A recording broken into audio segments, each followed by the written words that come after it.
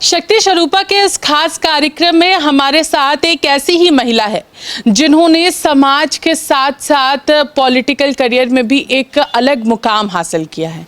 चाहे वो महिलाओं को सशक्त करना हो या फिर संसद में अपनी आवाज़ बुलंद करनी हो, सभी चीज़ों में अपने आप को एक अलग तरीके से लोगों के सामने यहाँ पर लेकर के आई हैं। अपने उन सारी चीज़ों को रखा है जिससे लोग प्रेरणा ले सकते हैं। हमारे साथ इस वक्त इस खास कार्यक्रम में मौजूद हैं राज्यसभा सांसद महुआ मांझी। हम लोग इनसे बातचीत करेंगे और इनसे उन कहानियों के बारे में जानेंगे जो शायद आज के समय में लोग नहीं जानते हैं। शायद इनके बचपन में ही वो सारी बातें जो हैं वो कहीं ना कहीं छुपी हुई है। मैम, आपका हमारे इस खास कार्यक्रम शक्ति स्वरूपा में बहुत बहुत स्वागत है।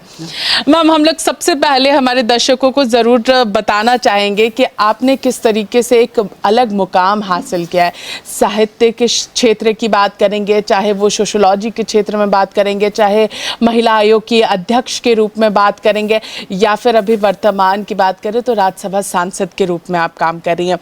मैम, वो बचपन का दौर जब आप शायद समाज और पॉलिटिकल लाइफ के बारे में नहीं जानती थी, वो दौर जो बचपने में कहीं ना कहीं महुआ मांझी का बीता है, वो मैम हमारे दर्शकों के साथ ज़रूर साझा करें। सबसे पहले मैं सभी दर्शकों को दुर्गा पूजा और नवरात्र की बहुत बहुत बधाई और शुभकामना देती हूँ। माता की कृपा सब पर बनी रहे हमेशा।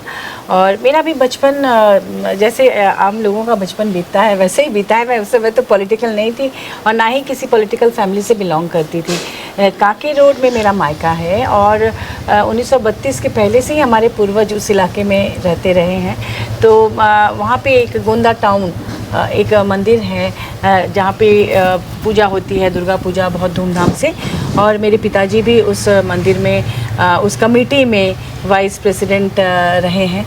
और तो वहाँ पे हम लोग बचपन में पूजा में खूब मज़ा करते थे। छोटे बच्चों की तरह बलून खरीदना, बलून उड़ाना, पटाखे फोड़ना, पूजा में भी बंदूक खरीद के छोटे छोटे बच्चों जैसे वो करना। और कभी कभी तो फल प्रसाद वगैरह को काटने में और पूजा का काम में भी हम लोग हाथ बटाते थे, फूल तोड़ के लाते थे। तो बहुत ही एक आत्मीय वातावरण था वहाँ पर। और पहले उतनी भीड़ भाड़ नहीं थी, तो सब लोग, पूरे मोहल्ले के लोग एक परिवार जैसा थे। तो सब लोग मिलकर हम लोग करते थे। और कल्चरल प्रोग्राम्स होते थे वहाँ पर काफ़ी। पूजा में जैसे आमतौर पर बंगाली परिवार में होता है, तो पूजा से पहले नाटकों का रिहर्सल करते थे हम लोग, गाना गाते थे मन से। तरह तरह मैं बचपन में गिटार वगैरह भी बजाया करती थी, हवाइन गिटार, शास्त्रीय संगीत सीखती थी। तो ये सब भी हम लोग कल्चरल एक्टिविटी हम लोगों का पूजा में रहता था। हम लोग वहाँ परफॉर्म करते थे। तो फिर एक दिन आरती नृत्य कंपटीशन होता था जिसमें ये लेकर धुनुची नाच वगैरह देखते थे और तरह तरह के कार्यक्रम होते थे। उसी में पूजा बीत जाता था।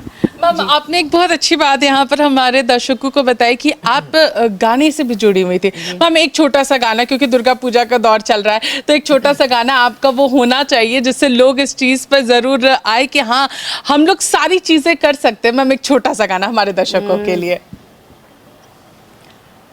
दुर्गे दुर्गे दुर्गति नाशिनी महिषासुरमर्दिनी जय माँ दुर्गे।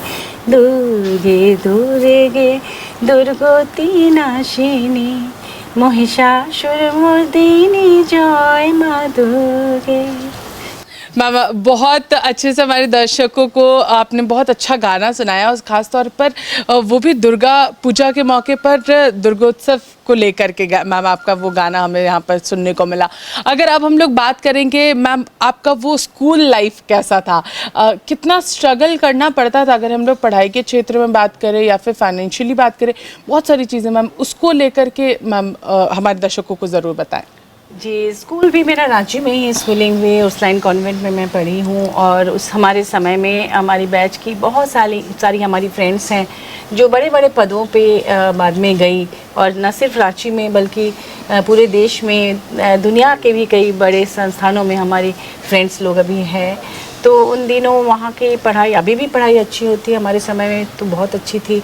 हम लोगों ने वहीं से सीखा और वहीं पढ़कर हम लोग आज इस लायक बने कि आज समाज के लिए कुछ काम कर पा रहे हैं।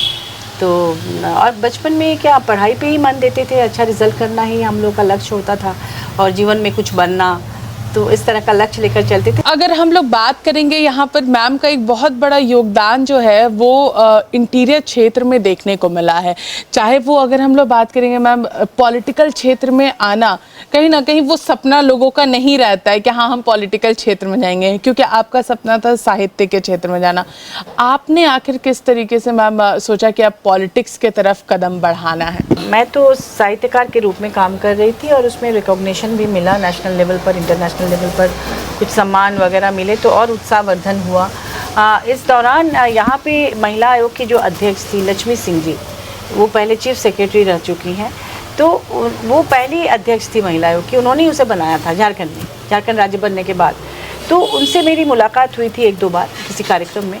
तो उन्होंने मुझसे कहा कि हम चाहते हैं कि आप यहाँ अध्यक्ष बने, और हम जिस तरह से इसको बनाए हैं तो शायद आप लोग इसके साथ न्याय कर पाएंगे। और उन्होंने एक आवेदन बनवा के मेरे से ले लिया था, लेकिन उस समय फिर मैं इंटरेस्ट नहीं ली।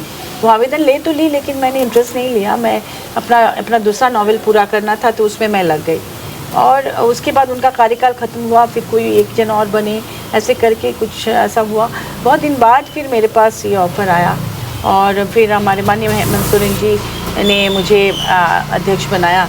और मुझे बहुत खुशी है कि मुझे काम करने का इससे बहुत अवसर मिला। और उन्होंने अपने कार्यकाल में जिस तरह से 2014 में उन्होंने काम किया था ट्रैफिकिंग की समस्या को ख़त्म करने के लिए, तो मैं महिला आयोग के प्लेटफॉर्म से विमेन ट्रैफिकिंग की जो समस्याएं थी उसको हल की। अभी देखिए बहुत कम है ट्रैफिकिंग की समस्या, जिस दौर में बहुत ज़्यादा उस समय होता था। फिर घरेलू हिंसा कम किया गया, उसके बाद डायन हत्याएं होने लगी थी, वो ख़त्म किया गया, अभी तो नहीं के बराबर है। तो बहुत तरह की समस्याएं थी। अभी हमारी सरकार महिला सशक्तिकरण के लिए मैया सम्मान योजना से लेकर तरह तरह की योजनाएं लॉन्च की हैं यहाँ की महिलाओं को सशक्त करने के लिए। तो मुझे बहुत खुशी है कि मुझे महिला आयोग में काम करने का अवसर मिला, और पूरे झारखंड में घूम घूम कर मैंने काम किया, महिलाओं को न्याय दिलाया। वो एक स्वर्णिम काल था मेरे जीवन का कि हर दिन मैंने सैकड़ों केसेस देखे और हल किया, और लोगों को बहुत पसंद भी आया मेरा काम। उस समय अखबारों में हर दिन निकलते थे जो केसेस मैं सॉल्व करती थी, उसको लेकर मीडिया ने भी बहुत इस चीज़ को हाईलाइट भी किया, और एक पूरे झारखंड में लोगों के मन में उम्मीद बनी कि हाँ महिलाओं के साथ न्याय हो सकता है। महिला आयोग की अगर हम लोग बात करें मैम, आपने कहा कि आप लोगों को सबसे ज़्यादा मौका मिला इंटीरियर क्षेत्र में जाने का। मैम आपको क्या लगता है आज के डेट में और उस दौर में ऐसा कौन सा काम है जो अभी भी महिलाओं के लिए करना ज़रूरी है? क्योंकि हम कहते हैं कि महिलाओं को सशक्त होने की ज़रूरत है। ये यूनिवर्स का नियम है कि अगर आप सही हैं, अगर आप सच्चे हैं, तो ज़्यादा दिन तक लोग आपको गलत नहीं समझ सकते, उनको मानना ही पड़ेगा कि आप सही हैं। तो इस तरह से मैंने देखा है अपने जीवन में। और राजनीति से बहुत लगाव तो नहीं था, लेकिन जब वो समाज सेवा का रूप ले लिया तब मुझे मज़ा आने लगा। महिला आयोग में जब काम की तो उससे बहुत सेटिस्फेक्शन मिला। फिर पॉलिटिक्स में पार्टी ने मुझे महिला मोर्चा की केंद्रीय अध्यक्ष बनाया। उस दौरान भी मुझे बहुत काम करने का मौका मिला इंटीरियर में, और हर जगह महिला विंग बनाई, प्रखंड कमेटी से लेके सेंट्रल कमेटी तक बनाना पड़ा, जिला कमेटी, सेंट्रल कमेटी। तो एक अच्छा दौर था। उस समय हमारी सरकार भी नहीं थी, माननीय मुख्यमंत्री जी ने बहुत मेहनत की, और जहाँ भी वो गए महिलाओं का हुजूम उमड़ पड़ा, और उस बदलाव यात्रा और इन सब संघर्ष यात्रा वगैरह में उसके बाद फिर हम जीत कर आए, और उसके बाद दोबारा उनको जनता ने चुना उनके काम को देखते हुए। तो ये हमें खुशी है कि हमारी महिलाओं ने भी काफ़ी काम किया। और फिर पार्टी ने मुझे अवसर दिया राज्यसभा में काम करने का। तो राज्यसभा में एक बड़ा प्लेटफॉर्म है अपनी बातों को रखने का, अपने स्टेट की बातों को रखने का। और जब भी मौका मिला मैंने अपनी बातों को रखा, और उसमें समय कम मिलता है क्योंकि बड़ी पार्टियों के पास ज़्यादा समय होता है, छोटी पार्टियों के पास बहुत कम समय होता है। इतने कम समय में ज़्यादा बोलना, ज़्यादा से ज़्यादा मुद्दों को उठाना, तो मैं एक लेखिका होने के नाते हमें जैसे ये उपन्यास लिखते हैं तो उसको विस्तार देते हैं, और कविता लिखते हैं तो उसको शॉर्ट करते हैं। तो अपनी बातों को फैला के बोलना और फिर कम में बोलना, दोनों चीज़ें शायद मैंने साहित्य से सीखा है। तो वो इसलिए मुझे मौका मिलता है तो मैं ज़्यादा से ज़्यादा मुद्दों को कम समय में बोलने की कोशिश करती हूँ। और जैसे हमारे संताली मजदूर भाई लोग लेह लद्दाख में ये बॉर्डर सिक्योरिटी फोर्सेस के लिए काम करने जाते हैं, पुल पुलिया रोड वगैरह बनाते हैं, बहुत ठंड में -डिग्री में BRO ले जाता है, बॉर्डर रोड ऑर्गेनाइजेशन। तो उनको कॉन्ट्रैक्चुअल मजदूर के रूप में लिया जाता है, तो उनकी डेथ होने पर एक्सीडेंटल बेनिफिट वगैरह नहीं मिलता। कई बार उनकी लाशों को लेकर उनके परिवारजन भटकते रहते हैं। इन मुद्दों को मैंने उठाया ताकि उनको सहूलियत हो। फिर जो आग लगी हुई है झरिया में, कोयले के खदान में, उसके लिए मैंने कहा कि डिज़ास्टर मैनेजमेंट फ़ंड होना चाहिए। एक करकट्टा कोलियारी में आग लगी थी, मैंने कहा कि कहीं ये फिर झरिया ना बन जाए, तो उसके लिए मैंने बात की, तो उस पर काम हुआ, उसे रोका जाने लगा। उसी तरह से कोयले की रॉयल्टी के 1,36,000 करोड़ नहीं दे रही है केंद्र सरकार झारखंड सरकार को। माननीय मुख्यमंत्री बार बार इस बात को कह रहे हैं, मैंने भी कई बार राज्यसभा में ये बात उठाई। ऐसे बहुत सारे मुद्दे हैं जो पार्टी लाइन पर और स्टेट के हित के लिए मैं कोशिश करती हूँ कि वहाँ पर इस बात को उठाऊँ। सहारा के लोगों को जो पैसा नहीं मिल रहा है, इस मुद्दे को भी मैंने उठाया। अगर हम लोग बात करेंगे, संसद में कई सारी महिलाएं भी आपके साथ हैं और मैम उन लोगों से जब आप मिलती हैं तो उन लोगों का जो वे ऑफ एक्सप्रेशन है, वे ऑफ डिलीवरी है, वो मैम आपको कितना अलग लगा जब आप पहली बार पहले दिन जब आप संसद गई थी? वो एक्सपीरियंस ज़रूर हमारे दर्शकों के साथ साझा करें। जी देखिए, वहाँ पे चूँकि पूरे देश के प्रतिनिधि हैं और अलग अलग फील्ड के प्रतिनिधि हैं राज्यसभा में, कोई सिनेमा से है जैसे जया बच्चन जी हैं, तो कोई प्योर पॉलिटिक्स से है, सुधा मूर्ति जी जैसी विदुषी महिला है, लेखिका है, इन्फोसिस की मालकिन है, और ऐसे अलग अलग जो महिलाएं हैं सबका, पीटी उषा जी हैं उड़न बड़ी, हाँ उनके बोलने का अपना अलग है, वो खेल पर ज़्यादा बोलती हैं। सुधा मूर्ति जी अपने मुद्दों को लेकर बोलती हैं, और पक्ष और विपक्ष के लोग अलग अलग बोलते हैं। जैसे पक्ष के लोग हैं वो सरकार के खिलाफ नहीं बोल पाते, तो वो सरकार के साथ चलते हुए बात करते हैं। विपक्ष की महिलाएं जो हैं वो अपने मुद्दों को उठाती हैं। इसलिए किसी से किसी की तुलना हम नहीं कर सकते। सबका व्यक्तित्व अलग है, सबकी पार्टी की आइडियोलॉजी अलग है और सबकी अपनी सोच अलग है, बोलने का स्टाइल अलग है। किसी के पास ज़्यादा समय है, बड़ी पार्टी है तो उसके पास ज़्यादा समय होता है, वो ज़्यादा फैला के बोल सकती हैं। छोटी पार्टी, हम लोग जैसे छोटी पार्टियों के पास बहुत कम समय होता है, हम चाहकर भी बहुत ज़्यादा शेरो शायरी नहीं कर सकते क्योंकि हमें बहुत कम समय में बोलना है। लेकिन जिनके पास बहुत, जैसे बीजेपी के पास बहुत समय है, उनके बहुत सारे सांसद हैं, कांग्रेस के पास बहुत समय है, उनके भी बहुत सारे, तो उनके जो वक्ता हैं उनको अगर टाइम मिल जाता है तो उसमें शेरो शायरी भी कर लेते हैं, तो उसमें और जान आ जाती है। तो कई बार कई मजबूरियां भी होती है हम लोगों के पास। मैम आपका पहला दिन का एक्सपीरियंस कैसा था जब आप पहली बार राज्यसभा के अंदर गई थी? वो एक्सपीरियंस जरूर हमारे दर्शकों के साथ साझा करें। जी जी, वो बहुत यादगार एक्सपीरियंस है। और मैं ग्रीन ब्लाउज पहनी थी क्योंकि पार्टी का सिंबल है ग्रीन, तो और उसमें ग्रीन हार भी पहन के गई थी, अपनी पार्टी की तरफ को से मुझे दिया गया, मैं बहुत शुक्रगुजार हूँ।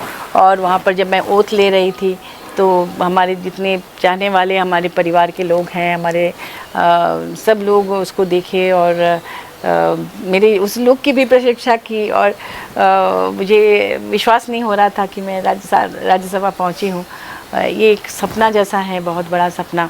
और इसके अलावा एक और दिन मेरे लिए बहुत यादगार है जब मुझे चेयर मिला था बैठने के लिए। हाँ, जैसे राज्यसभा में हमारे जो स्पीकर के पद पर स्पीकर के पद पर बैठाया गया थी महिला दिवस के दिन, तो वो भी मेरा बहुत अच्छा अनुभव रहा, उस कुर्सी पे बैठना जिसमें बड़े बड़े, और पुरानी बिल्डिंग में वो था ना, तो वो बिल्डिंग एक ऐतिहासिक बिल्डिंग है, जो संसद भवन हमारा पुराना भवन है। अब तो हम लोग नए बिल्डिंग में शिफ्ट हो गए, लेकिन जब वहाँ बैठी थी तो उसमें हमारे देश के कितने बड़े बड़े मनीषी बैठे थे, तो ये मेरे लिए बहुत यादगार है। और जिनके कारण बैठी उन सबको मेरी तरफ से बहुत बहुत धन्यवाद।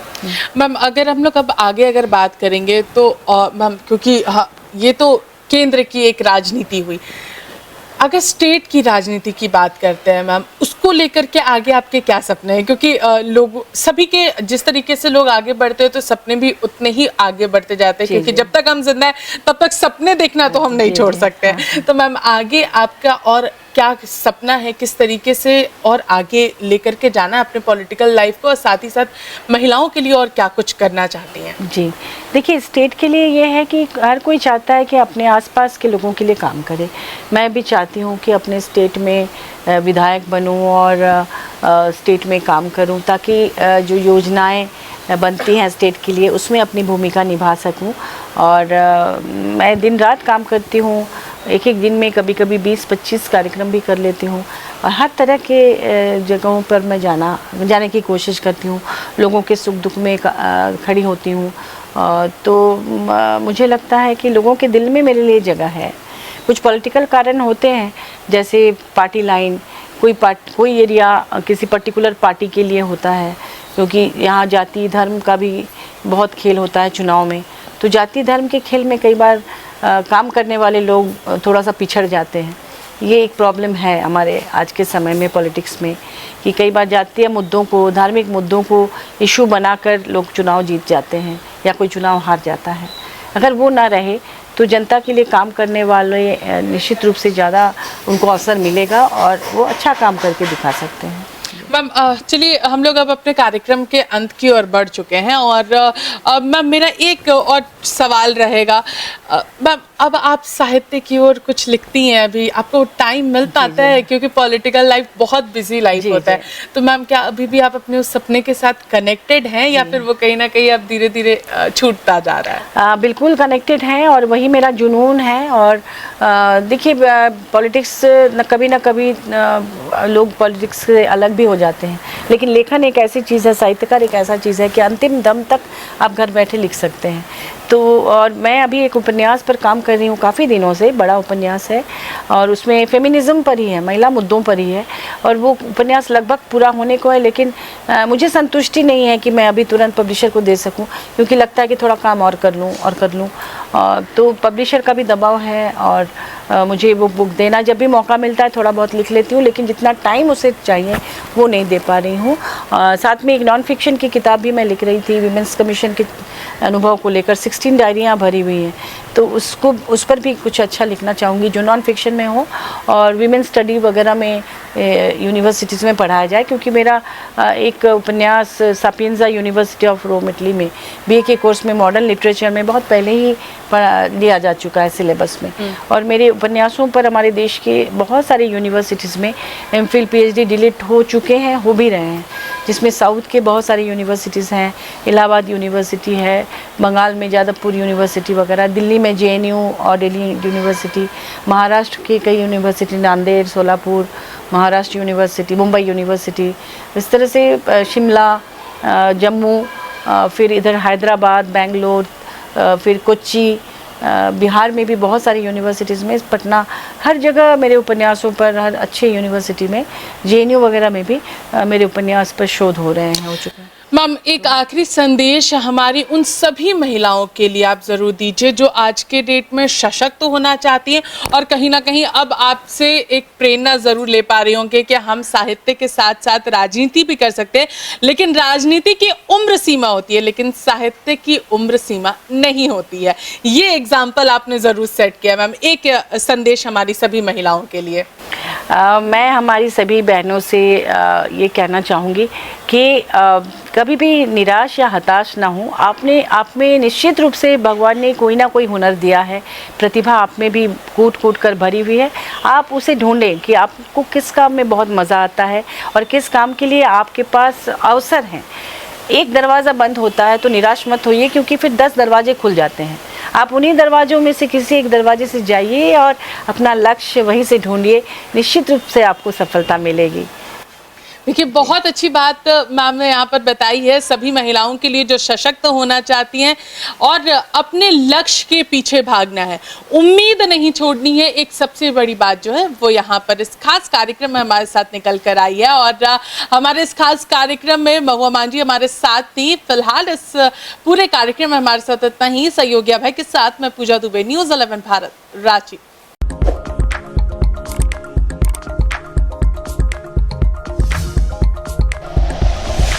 Like and share videos, subscribe करें हमारा चैनल और प्रेस करें बेल आइकॉन। News 11 भारत, सच है तो दिखेगा।